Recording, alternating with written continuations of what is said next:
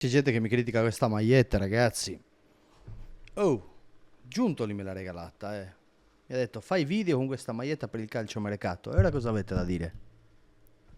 Ciao ragazzi, bentornati. Ovviamente si scherza, si scherza. Buon sabato a tutti quanti voi. Oggi è giornata importante, eh. Una giornata perché oggi forse succede un qualcosa di interessante. Quindi ne parliamo insieme, ma parliamo insieme anche di tutte le altre notizie di calciomercato che ci sono state dette dai vari Pedulla, dai vari Di Marzio, chi più ne ha più ne metta. Quindi mi raccomando ragazzi, prima di iniziare ci tenevo ovviamente a invitarvi a iscrivervi al canale, se ancora non l'avete fatto, a mettere il like al video, che non significa gradisco il tuo video, mi piace quello che dici. Essenzialmente è una metrica che aiuta a spingere i video ad andare nei consigliati di altri canali per chi ha l'interesse sulla Juve, e vi invito a commentare a fine video, che è molto facile.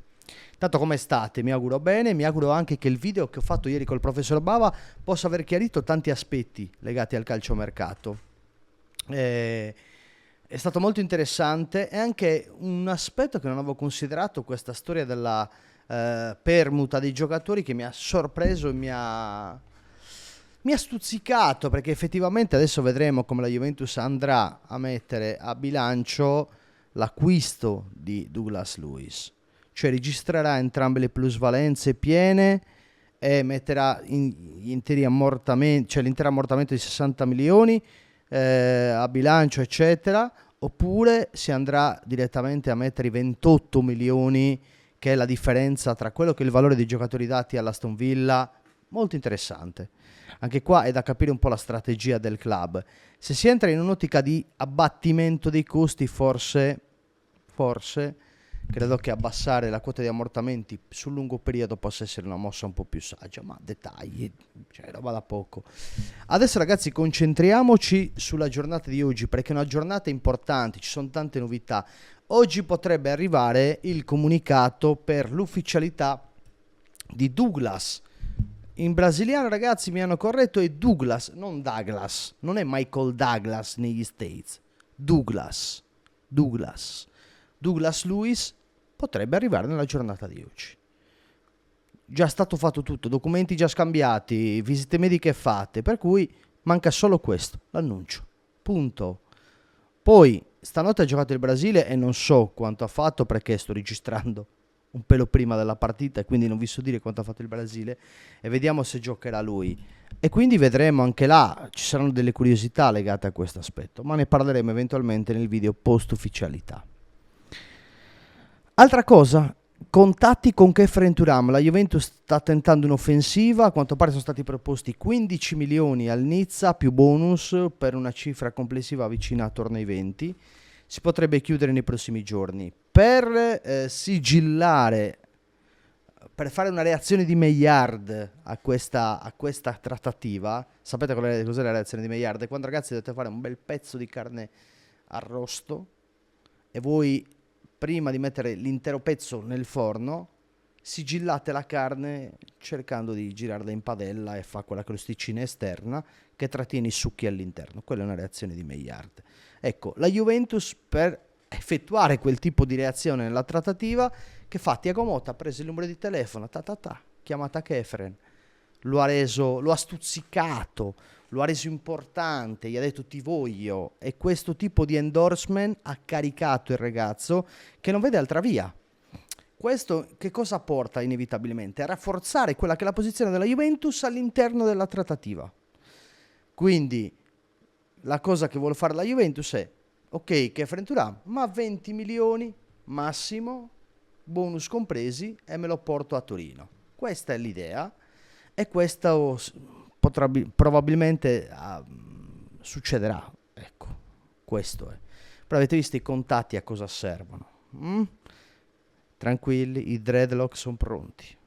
Tanto io ordino il giorno che mi dicono bene, puoi prenderli, perché fino a quando non mi dicono è fatta, tipo fosse stato per Douglas Luiz, ecco, o domani non lo so, è il primo giorno, sarei stato già qui i dreadlock, ecco, è stato Khéphren Thuram lui. Quindi, per dire, basta poco, dal momento in cui c'è il comunicato all'indomani mi troverete quei dreadlock, sicuri. All'indomani del comunicato quei dreadlock, promesso.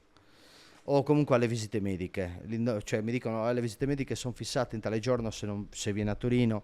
Ecco, se viene a Torino, il giorno che viene a Torino sarà qui Dreadlock, promesso. Quindi offerta di 15 milioni più bonus, complessivi 20. E ragazzi, è una trattativa ottima, l'abbiamo già esaltata per la cifra, insomma, per quel che è. E quindi vediamo cosa succederà. Altre notizie che mica da ridere. Danhausen è un obiettivo fisso del Paris Saint-Germain. Siccome il signor Al-Khelaifi c'ha il cash, bisogna spillare quanto più possibile da lui. Ok, quindi il club farà una proposta alla Juve che poi deciderà, ma ci sono anche altri 2 club tedeschi e c'è anche l'Atalanta. Club tedeschi quali sono? Ve lo dico già: Bayern di Monaco, Bayer Leverkusen e poi l'Atalanta.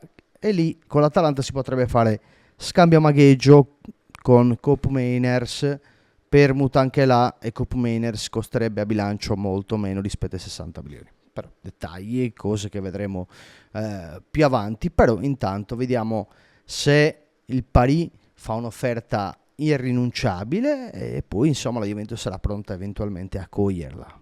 Ok? Ad oggi non c'è una proposta, c'è un interesse. Il Paris magari ha parlato già con l'entourage del ragazzo, vuole formulare un'offerta, ma ad oggi a Torino 0 offerte ancora dal Paris. Aspettiamo che facciano le loro proposte e vediamo. Barbieri è un obiettivo del Venezia, anche qua trattative secondarie, però si tratta di prestito con opzione di riscatto, fissato a certi obiettivi magari scatta anche l'obbligo e scopriremo più avanti quel che succederà. Un'altra situazione interessante che potrebbe scatenarsi qua meriterebbe, scusate il termine, ma è un imbecille. Cioè, se va a questa squadra qua, McKennie è un imbecille. Cioè, aveva l'opportunità di andare in Premier, eccetera, senza buona uscita, fare la Champions. Era lì un campionato super competitivo dove poteva mostrare il meglio di sé. No. Mourinho sonda McKennie, che Mourinho adesso al Fenerbahce, che se la prende con calma, vuole decidere con calma. Lui gradirebbe anche la prospettiva turca, no? E quindi valutazione 14-15 milioni, aspettiamo che il Fenerbahce avanzi questa proposta. McKennie chiederà una buona uscita alla Juve, secondo me non si farà nulla, a costo di mandarlo in tribuna e farlo uscire a zero. Questa è l'idea che mi sono fatto, ragazzi. Queste sono le novità di oggi. Aspettiamo con tranquillità, ragazzi, l'ufficialità di Douglas Luiz, poi andremo a fondo appena con la trattativa e la spiegheremo bene per come si è sviluppata, le possibilità di contabilizzazione, eccetera, l'importanza di Douglas Luiz alla Juventus. E poi, ragazzi, che c'è da dire? C'è qualche novità legata alla nuova maglia, che ad ora le foto e lo shooting è stato fatto senza sponsor. Bellissima, quella maglia secondo me è fantastica. Comunque vedremo un po' più avanti, secondo me, delle interessanti situazioni legate a questa cosa, a queste maglie qua, che in genere le presentavano sempre all'ultima di campionato. Quest'anno non sono riusciti, credo che il motivo principale sia stato effettivamente lo sponsor mancante, ma lo scopriremo. Oggi tante pillole, un po' più importanti a livello di grandezza e alcune meno importanti, ma che comunque presentano quello che è il calciomercato ad oggi della Juventus.